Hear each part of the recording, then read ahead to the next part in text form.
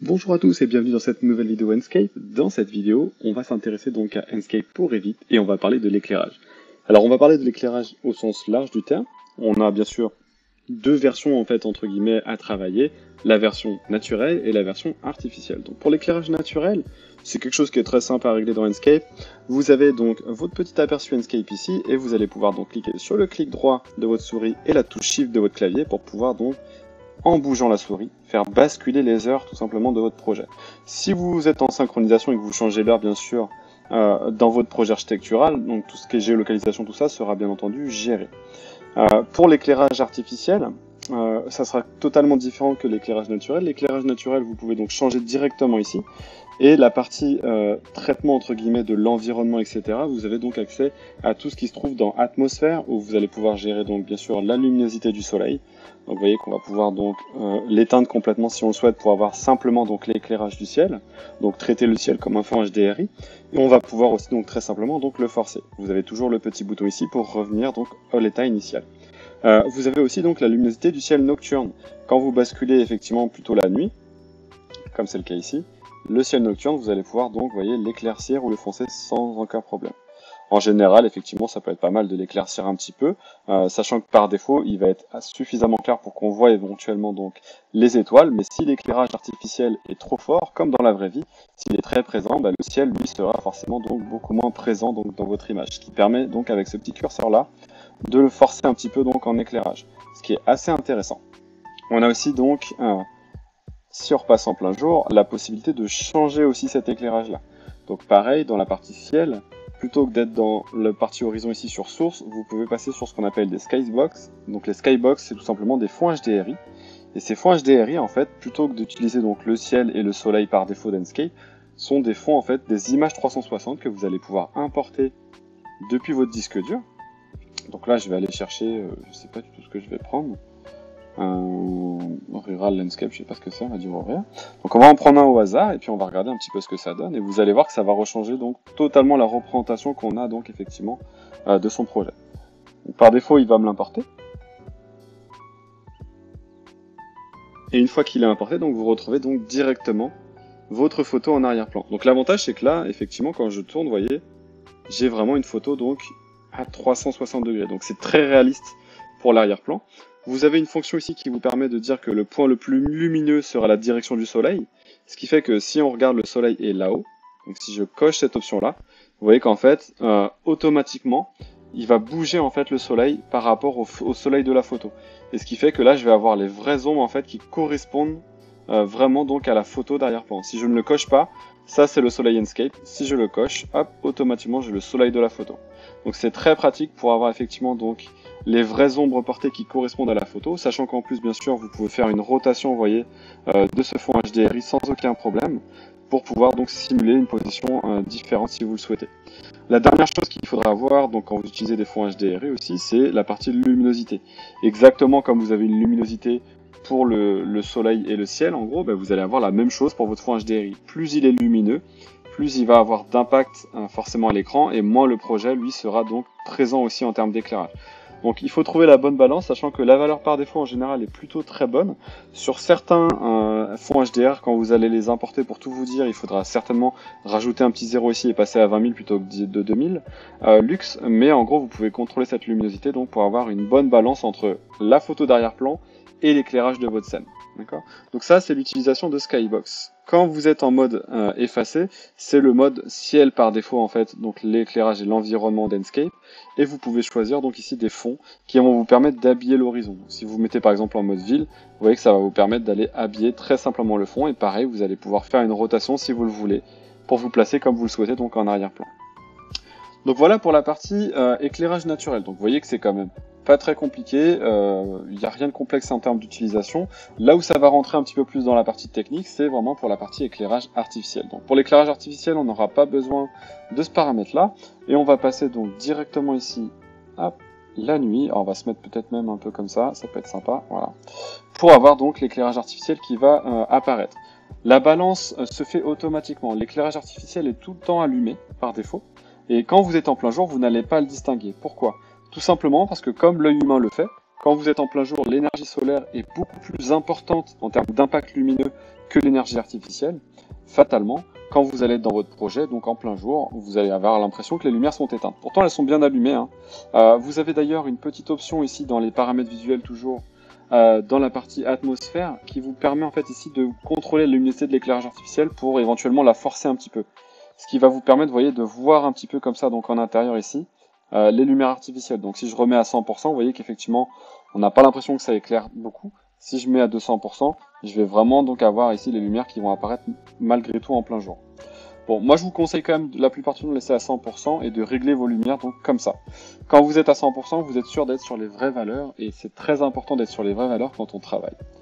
Alors, vous avez plusieurs manières de travailler avec Enscape pour les lumières artificielles. Vous en avez globalement trois.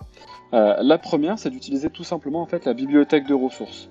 Quand vous utilisez la bibliothèque de ressources, donc ici, dans la palette Enscape, vous allez faire apparaître effectivement donc la bibliothèque, et dans cette bibliothèque-là, toute la partie éclairage ici que vous allez mettre en tant qu'objet en fait ici dans votre projet Revit sera en fait un éclairage dans la fenêtre Enscape. Donc si je prends l'exemple ici, je vais rebasculer un petit peu comme ça en nu. Donc vous voyez que là, effectivement, si je prends exemple, bah tiens, on va aller regarder ces luminaires-là. Je dois en avoir un ici. On va zoomer un peu. Voilà. Donc là, effectivement, je sélectionne ici, vous voyez, donc ce luminaire, ce lampadaire, et vous voyez que je suis bien sur un asset donc d'Enscape. Ça veut dire que lui, il est pré-réglé, d'accord? Vous n'avez pas de contrôle vraiment sur son éclairage, l'éclairage est pré-réglé, il vous mâche le travail, et c'est automatique. Donc ça, c'est la première chose. Après, on va avoir aussi tout ce qui est partie lumière vraiment dite personnalisée, et pour ça, en fait, on va travailler tout simplement avec les familles Revit.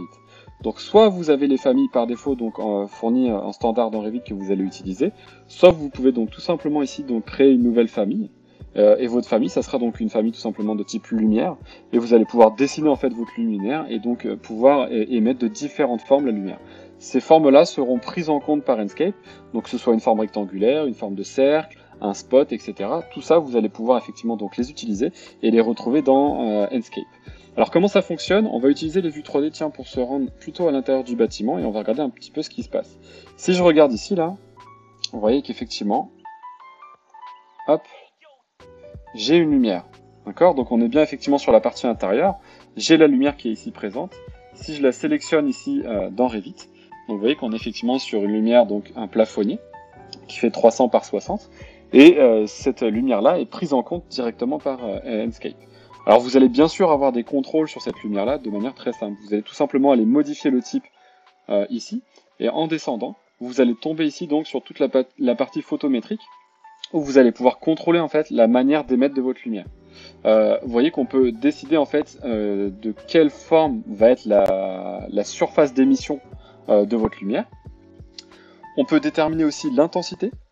Donc là je suis sur une 400 watts, je peux régler ça éventuellement si je le souhaite ici. Si je mets par exemple 200 watts, ça va éclairer forcément beaucoup moins. On va dire appliquer OK. Donc là, il est en train d'interpréter et vous voyez qu'il va envoyer les informations à Enscape et vous voyez qu'automatiquement ici, la luminosité va baisser. Donc je peux régler ça effectivement. Je vais retourner dans modifier le type. On va retourner sur une lumière qui va faire plutôt, on va dire 500 watts. OK. Et puis, vous pouvez contrôler aussi la couleur. Donc ça, c'est intéressant. Couleur initiale, vous voyez que je suis réglé sur du 3000K, donc sur une couleur assez chaude ici. Je pourrais me régler par exemple sur du 5000, où dans ce cas-là, la couleur va être un petit peu plus neutre. Ça va être un jaune assez neutre. Je vais dire OK. On va dire appliquer OK. Et donc là, dans ces cas-là, l'impact va être pris en compte directement ici dans Enscape. Et vous allez voir qu'effectivement, donc je vais pouvoir retrouver une couleur beaucoup plus froide. Et j'ai mis donc 500 effectivement watts. Je vais avoir une lumière qui va être un petit peu plus importante. Alors, je vais avoir aussi une autre possibilité. Si effectivement je prends le parti pris de dire que je vais régler plutôt des spots, on va regarder sur la partie plutôt coffee bar ici là. Et vous voyez qu'effectivement ici j'ai des spots. Alors je vais fermer le navigateur, on va regarder effectivement ici. Là j'ai une possibilité effectivement de dire ces spots là je vais les utiliser pour éclairer donc mon projet. Donc vous voyez que par défaut c'est des spots de donc une famille Revit. Je peux effectivement donc les retrouver ici. Donc vous voyez Spotlight, Coffee Bar. Je vais aller dire tout simplement modifier le type et on va voir donc en bas qu'on va avoir les mêmes options. Il y a une petite subtilité quand même à connaître. Vous pouvez effectivement donc changer la puissance, l'intensité, etc. Vous pouvez aussi changer donc le profil de distribution en fait de la lumière dans l'espace 3D. Donc c'est ce qu'on appelle des IES. Ces profils en fait de distribution photométrique, vous les retrouvez donc sur la ligne ici, fichier de distribution photométrique. Et ça, c'est des profils que vous allez pouvoir donc régler aussi si vous le souhaitez. Donc là, très simplement, quand je vais le charger, donc je vais aller tout simplement. Alors là, j'ai les IES par défaut qui sont fournis avec Revit. Je peux aller chercher des IES que moi j'ai été tout simplement télécharger sur Internet. Donc vous pouvez en trouver sur les sites des fabricants. Donc vous voyez que j'en ai téléchargé plein. Hein. C'est des fichiers qui sont très très légers. Vous pouvez en avoir à volonté. Si j'en prends un comme celui-ci et que je dis ouvrir et que je dis appliquer OK. Donc là, on va avoir donc directement pareil la modification qui va être prise en compte dans Enscape. Et vous voyez qu'automatiquement, il m'a changé en fait le profil d'éclairage de ma lumière. Donc ça, c'est très intéressant. Ça va vous permettre effectivement d'aller régler en fait vos lumières avec des profils en fait tout simplement différents. Alors vous voyez que d'ailleurs là ici il y a une petite inclinaison. Cette inclinaison là vous l'avez normalement ici, voilà. Donc là si je mets 90 degrés normalement, il devrait repasser donc bien droit et il devrait me faire la modification aussi donc dans Enscape par la suite pour pouvoir donc rebasculer la lumière de manière cohérente. Donc là elle va bien émettre à 90 degrés, donc elle va être perpendiculaire par rapport donc à la surface d'émission. Ok. Donc vous voyez que c'est très simple, tout se passe dans modifier le type encore une fois, et vous pouvez effectivement donc changer ici la couleur de présentation. Donc par exemple là, voilà, plutôt que d'être sur du 4000, on va remettre du 3000, oh pardon, on va remettre du 3000, donc je vais rebasculer ici sur 3000K, ok. Et puis l'éclairage 100 watts, ça paraît plutôt pas mal, donc on va dire OK. Et donc comme pour tout à l'heure, la surface effectivement que j'avais, donc le rectangle de distribution, ici je vais pouvoir donc changer en fait la couleur. Ce qui est intéressant, c'est que d'ailleurs ces outils-là, vous pouvez donc retrouver aussi des modifications par exemple sur ces panneaux qu'on a ici. Donc pareil, les panneaux que vous avez qui éclairent ici là, je peux aussi les sélectionner. Et toute modification de taille, etc. sera prise en compte dans Enscape. Donc là, pareil, si effectivement j'ai, vous voyez, une taille ici qui fait 180 par 180 et que je veux que ça fasse 100 par 100, je vais mettre 100 par 100. Je vais dire appliquer OK. Donc vous voyez qu'effectivement, toutes les instances en fait de mon éclairage ici ont été prises en compte et automatiquement en fait Enscape lui aussi va prendre la modification en compte et il va me modifier en fait instantanément mes luminaires. Alors attention, cette différence d'éclairage, vous voyez, au bout d'un moment, elle va sauter. C'est juste le temps qu'en fait votre carte graphique recalcule en fait les échanges lumineux pour qu'effectivement le trou en fait qui est causé par la présence de l'objet qui vient d'être rétréci disparaisse. Donc ne vous inquiétez pas, quand vous changez la taille d'un objet et que vous rétrécissez l'objet, vous devez avoir des petites zones noires comme ça qui étaient masquées auparavant en termes d'éclairage par l'objet et qui vont disparaître donc automatiquement. Donc vous voyez qu'on peut comme ça très facilement aller travailler en fait sur ces lumières dans les familles Revit. La dernière possibilité de travailler, donc on a vu les objets Enscape, on a vu les objets donc de type famille Revit. Vous avez aussi la possibilité d'aller travailler directement avec les matériaux. Donc ça aussi c'est une possibilité qui est intéressante. Vous avez différents types de matériaux. On va regarder dans cette scène. Tiens, ben, j'en ai un ici. Vous voyez qu'effectivement là j'ai ce qu'on appelle un matériau donc de type light, qui s'appelle Light Source, qui est de type auto-illumination. Donc là, vous pouvez changer en fait le type d'éclairage de vos matériaux, le type de représentation de vos matériaux, et vous avez un type ici auto-illumination qui vous permet en fait de tout simplement avoir un matériau émissif où vous pourrez contrôler en fait la puissance directement de vos lampes à partir en fait de ce paramètre-là, qui est donc un paramètre qui est réglé en candela par mètre carré. Donc vous voyez qu'il vous donne d'ailleurs ici un petit exemple. Moniteur LCD c'est 200 candela par mètre carré, le ciel c'est 2000 et une lampe c'est 10 000. Donc là vous pouvez effectivement aussi émettre de la lumière à partir de cet objet là en utilisant simplement son matériau. Ce qui fait que vous pouvez carrément enlever et éteindre la lumière en fait dans l'objet Revit et utiliser en fait cette édition ici d'auto-illumination dans le matériau pour émettre de la lumière. Donc ça va vous permettre, si vous importez par exemple effectivement une image dans un écran, de dire que l'image en fait en tant que texture va être auto-illuminescente et va donc transmettre de la couleur. Ce qui peut être très sympa effectivement donc pour renvoyer de la couleur. Et pareil, ici vous avez un contrôle sur la couleur ici en fait d'émission de votre matériau pour avoir une couleur différente qui sera émise dans le projet. Donc vous voyez, on a globalement une certaine facilité, une certaine souplesse à manipuler les éclairages dans Enscape pour Revit. Donc on a l'éclairage naturel qu'on a vu qui va passer par les paramètres visuels.